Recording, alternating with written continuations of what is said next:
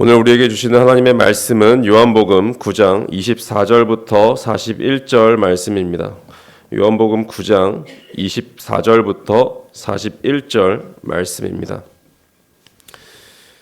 저희가 하나님의 말씀을 한 절씩 교독하시고 마지막 절은 다 함께 읽도록 하겠습니다. 이에 그들이 맹인이었던 사람을 두 번째 불러 이르되 너는 하나님께 영광을 돌리라. 우리는 이 사람이 죄인인 줄 아노라. 대답하되 그가 죄인인지 내가 알지 못하나 한 가지 아는 것은 내가 맹인으로 있다가 지금 보는 것이니이다. 그들이 이르되 그 사람이 내게 무엇을 하였느냐 어떻게 내 눈을 뜨게 하였느냐. 대답하되 내가 일러서도 듣지 아니하고 어찌하여 다시 듣고자 하나이까. 당신들도 그의 제자가 되려 하나이까. 그들이 욕하여 이르되 너는 그의 제자이나 우리는 모세의 제자라. 하나님이 모세에게 말씀하신 줄을 우리가 알거니와 이 사람은 어디서 왔는지 알지 못하노라. 그 사람이 대답하여 이르되 이상하다. 이 사람이 내 눈을 뜨게 하였으되 당신들은 그가 어디서 왔는지 알지 못하는도다. 하나님이 죄인의 말을 듣지 아니하시고 경건하여 그의 뜻대로 행하는 자의 말은 들으시는 줄을 우리가 아나이다. 창세 이후로 맹인으로 난 자의 눈을 뜨게 하였다함을 듣지 못하였으니 이 사람이 하나님께로부터 오지 아니하였으면 아무 일도 할 수 없으리이다. 그들이 대답하여 이르되 네가 온전히 죄 가운데서 나서 우리를 가르치느냐 하고 이에 쫓아내어 보내니라. 예수께서 그들이 그 사람을 쫓아냈다 하는 말을 들으셨더니 그를 만나사 이르시되 네가 인자를 믿느냐. 대답하여 이르되 주여 그가 누구시오니이까 내가 믿고자 하나이다. 예수께서 이르시되 내가 그를 보았거니와 지금 말하는 자가 그이니라. 이르되 주여 내가 믿나이다 하고 절하는지라. 예수께서 이르시되 내가 심판하러 이 세상에 왔으니 보지 못하는 자들은 보게 하고 보는 자들은 맹인이 되게 하려 함이라 하시니. 바리새인 중에 예수와 함께 있던 자들이 이 말씀을 듣고 이르되 우리도 맹인인가. 예수께서 이르시되 너희가 맹인이 되었더라면 죄가 없으려니와 본다고 하니 너희 죄가 그대로 있느니라. 아멘. 한 사람의 인생에서 이제 누구를 스승으로 만나느냐에 따라서 이제 인생의 그런 어떤 모습이 크게 달라지는 것 같습니다. 특히 이제 존경한다라고 하는 그런 스승인 분이 있는 사람이라면 이제 그의 사상뿐 아니라 어느새 자기도 모르게 그 스승의 말투와 손동작 하나까지 그대로 따라하게 됩니다. 이제 만약에 지금의 제 모습에 어딘가 보기 좋은 구석이 있다면 그것은 제가 닮고 싶어 했던 그런 스승들의 모습일 겁니다. 그런 좋은 모양이 이제 어우러지고 이제 무르익으면 언젠가는 이제 제게도 이제 누군가와 나눌 수 있는 품성이 생기리라라고 한번 기대해 보게 됩니다. 이제 예전이나 지금이나 제가 닮고 싶었던 이 스승들은 한결같이 자기 이름을 이제 내지 않으려고 안간힘을 쓰시는 분들이죠. 늘 자신들의 바람대로 자신의 이름이 다 감추어지지는 않았지만 그분들은 적어도 이름을 내기 위해서 살지는 않으셨습니다. 그분들의 삶에는 무임승차가 없으셨고 늘 대가를 치르는 인생이 기다리고 있으셨거든요. 어디든 가셨기 때문에 그렇습니다. 세상의 시선에 이제 아랑곳하지 않은 채 자신들이 세상에서 가장 가치 있는 일을 하고 있다라는 듯이 사셨습니다. 그래서 바로 그 현장에서는 이제 누구 앞에서든지 당당하게 살아계신 하나님에 대한 그 이야기를 날것으로 하시며 사신 분들이었죠. 그분들의 눈을 그냥 보고 있다 보면 깊고 고요하고 또한 진실된 두 눈이라는 사실을 이제 기억하게 됩니다. 그래서 그 눈을 동경하고 저는 사랑합니다. 저는 그분들의 나이가 되면 그런 눈을 가진 사람이 되고 싶다라는 그런 마음이 이제 반복하게 마음이 너무 큽니다. 우리는 지금 이 말씀을 통해서 예수님을 만나서 눈뜬 사람을 만나고 있습니다. 그 스승의 그 제자라는 말이 정말 어울리는 사람이죠. 처음에는 이 맹인의 모습을 한번 상상해 보십시오. 자기 눈을 뜨게 해준 사람이 누구인지도 모르면서 단지 그냥 그의 말을 되풀이하더니 그 사람 때문에 자신의 처지가 점점 궁지에 몰리자 이제 그 고쳐준 사람을 외면하는 대신에 그의 본질에 더 가까이 다가섰습니다. 어느새 맹인이었던 자는 예수님의 제자, 즉 작은 예수가 되어가고 있었던 것이죠. 고난을 겪으면서 그는 자신이 눈뜬 사건을 기이한 기적 이상의 의미로 볼 수 있게 되었던 것입니다. 눈을 뜨게 하신 그 예수님을 새롭게 볼 수 있는 더 높은 그 안목을 얻게 된 것이죠. 그러는 사이 그 맹인이었던 사람의 그 눈을 한번 상상해 보았어요.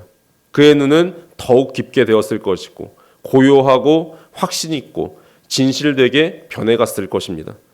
그 맹인이었던 자는 하늘의 메시지를 볼 수 있는 영적인 계안을 경험한 것입니다. 바리새인들은 이 맹인이었던 사람이 눈뜬 것을 믿지 못하고 또다시 불러서 이 맹인이라는 사람을 위협합니다. 오늘 본문 맨 처음에서 나오는 거죠. 자기들은 이미 다 알고 있으니 사실대로 실토하라 라고 이렇게 이야기합니다. 그런데 바리새인들은 다 알고 있는 것이 아니라 그냥 넘겨 짚었을 뿐 그들은 예수님에 대해서도 몰랐고 그러면서 확신 있게 말합니다. 그 말에 맹인이었던 자가 대답합니다. 25절 말씀입니다. 대답하되 그가 죄인인지 내가 알지 못하나 한 가지 아는 것은 내가 맹인으로 있다가 지금 보는 그것이니이다 라고 이야기합니다. 한 가지 아는 것은 그리스도인들은 영적인 눈이 열리기 전과 후 자신의 변화를 압니다. 그거 아는 사람들이 그리스도인들이죠. 몸가짐과 마음가짐, 삶의 방식이 달라진 것을 자기 자신부터 깨닫지 못한다면 내 속 안에, 그리스도인들의 속 안에 성령의 생명의 역사가 일어났다라고 말하기는 힘들 거예요. 우리가 맹인이었던 자처럼 설령 예수님과 성경에 대해서 지식적으로 충분하게 알고 있지 못한다 할지라도 사람들 앞에서 예수님을 통한 구원을 우리가 전할 때 우리 자신의 변화된 모습이 가장 큰 증거라고 당당히 말할 수 있는 사람이 그리스도인입니다. 하지만 바리새인들은 끝까지 미련을 버리지 못하고 또 묻죠. 26절 말씀입니다. 그들이 이르되 그 사람이 내게 무엇을 하였느냐? 어떻게 내 눈을 뜨게 하였느냐라고 취조합니다. 하지만 맹인이었던 자의 반응은 어떻습니까? 두려워하지 않았습니다. 그에게는 한 가지 아는 것이 있었기 때문에 그렇습니다. 무엇과도 바꿀 수 없는 예수님과의 소중한 경험이 있었습니다. 27절 말씀입니다. 대답하되 내가 이미 일렀어도 듣지 아니하고 어찌하여 다시 듣고자 하나이까? 당신들도 그의 제자가 되려 하나이까? 라고 이야기합니다. 저는 이 장면을 보면서 오히려 맹인이었던 자가 바리새인들을 꾸짖는 것처럼 보였습니다. 실제 그렇죠. 겉만 영적인 지도자이자 실제로는 영적인 맹인인 바리새인들이 영적으로 눈이 밝아진 맹인이었던 자에게 배우고 있는 중입니다. 맹인이었던 자들의 말대로 그들은 믿지 듣지도 않았습니다. 그들에게는 들을 귀도 없었을 뿐만 아니라 들으려는 의지 또한 없었습니다. 맹인이었던 자는 이미 인간의 상식으로는 일어날 수 없는 일을 경험했기 때문에 용감했고 단순하고 온유할 수 있었습니다. 그리고 이미 자신을 예수님의 제자라고 생각했어요. 궁지에 몰리신 그 예수님을 변호하는 중에 자신도 모르게 예수님의 제자가 되기로 마음을 먹은 것입니다. 그런 맹인이었던 자의 말을 들은 바리새인들은 폭발하고 있어요. 자신들의 스승은 모세입니다 라고 이야기하죠. 그런데 모세가 돌아온다면 나는 너를 제자로 둔 적이 없다라고 할 것 같습니다. 바리새인들에게 신이라는 존재 자체는 죽은 존재에 불과했습니다. 그들의 삶을 보면요. 모세를 잘 알았다면 그들은 지금 예수님의 제자가 되어 있어야 옳습니다. 모세가 일관되게 가르쳤던 것이 우리는 무엇인지 아시죠? 바로 예수님이었기 때문에 그렇습니다. 예수님을 믿지 않았다라는 것은 그들이 모세를 오해했다라는 것이고 모세를 통해서 형성된 그들의 신 또한 존재하지 않는 신이고 죽은 신에 불과한 것이기 때문에 그렇습니다. 참 스승이 누구일까요? 참 스승은 언제나 우리를 자기 자신에게로 향하게 하지 않고 스승에게로 향하게 하는 것이 아니라 예수님을 향하게 합니다. 참 제자가 누구입니까? 스승을 흉내내지 않고 스승이 전하는 그 가르침의 참 뜻을 따라 살려고 노력합니다. 맹인이었던 자는 결국 바리새인들의 그 모함에 죄인으로 몰리고 그 결과 쫓겨났습니다. 저는 여기서 굉장히 슬펐죠. 앞이 볼 수 없을 때는 죄인이라는 낙인이 찍혀 외면을 당했는데 맹인이라는 그 이름으로 낙인을 당했는데 이제는 예수님을 믿는다는 이유로 죄인이 되어 또다시 외면당합니다. 이 모습은 누구를 보여주시는지 잘 알 겁니다. 예수님이 십자가에 달려 죽으시는 모습을 미리 내다보게 합니다. 그리고 또한 예수님의 제자들이 당하는 고난을 암시하기도 해요. 우리가 어둠의 세상에서 빛 대신 예수님의 제자로 살겠다라고 작정한다면 우리에게도 이런 결과가 오리라고 예측해야 합니다. 고난이라는 것은 우리에게 수동적으로 우리에게 닥치기도 하지만 맹인이었던 자처럼 뻔히 결과가 내다 보임에도 불구하고 우리는 선택해야 할 때가 있습니다. 우리는 이것을 선지자적 고난이라고 부르죠. 그렇다고 매사에 세상과 충돌하라라는 뜻은 아닙니다. 우리는 선한 행실로 사람들에게 칭찬을 받아야 하죠. 하지만 이 세상을 드높이는 그 가치를 거스르는 그 삶을 선택하지 않을 때 우리는 그 흐름에 휩쓸려 떠내려 가기가 쉽습니다. 그렇기 때문에 우리가 쉽지 않지만 불가능한 것은 아닙니다. 그것은 우리에게 그럴 만한 능력이 있기 때문이 아니라 우리 안에 이 세상보다 크신 이 예수님께서 계시기 때문에 그렇죠. 주님이 계시지 않는다면 우리는 이 세상을 이길 수 없습니다. 오늘 성경 마지막 부분에 이 예수님이 나오십니다. 맹인이었던 자를 어떻게 위로하실까요? 35절 하반절입니다. 네가 인자를 믿느냐라고 질문하십니다. 이게 예수님의 위로였습니다. 맹인이었던 자가 대답하죠. 36절에 대답합니다. 이르되 주여 그가 누구이시오니까 내가 믿고자 하나이다. 이 맹인이었던 자는 인자가 누구인지는 모르지만 자기를 고쳐준 이 선지자 같은 분이 소개하는 사람이라면 누구든지 믿을 수 있습니다 라고 생각한 것입니다. 그의 온유하고 겸손한 그 마음을 보신 예수님은 곧바로 자신의 정체를 드러내십니다. 37절 말씀입니다. 예수께서 이르시되 네가 그를 보았거니와 지금 너와 말하는 자가 그이니라 라고 말씀하십니다. 예수님이 맹인이었던 자에게 주고 싶었던 가장 큰 위로는 예수님을 진정으로 더 잘할 수 있는 영의 눈을 밝혀주시는 것이었습니다. 예수님이 누구이신지 아는 순간 그분을 옹호하다가 당한 고난이 얼마나 값어치 있는 것인지를 깨닫게 될 것이기 때문에 그렇습니다.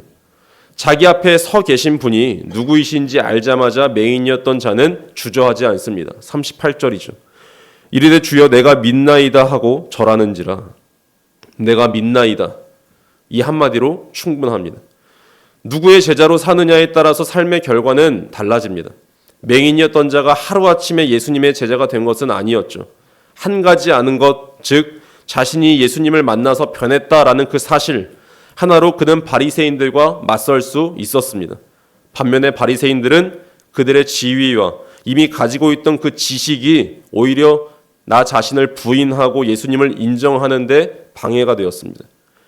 더 이상 누군가가 바로 잡아줄 필요가 없을 만큼 잘 알고 있다라는 그 생각이 참 진리 앞에서 마음을 닫고 눈도 닫는 맹인이 되게 했습니다.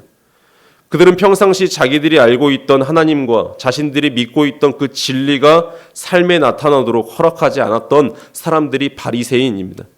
그들은 그냥 평소 하던 대로 예수님께 반응했을 뿐입니다. 굉장히 슬픈 삶이죠.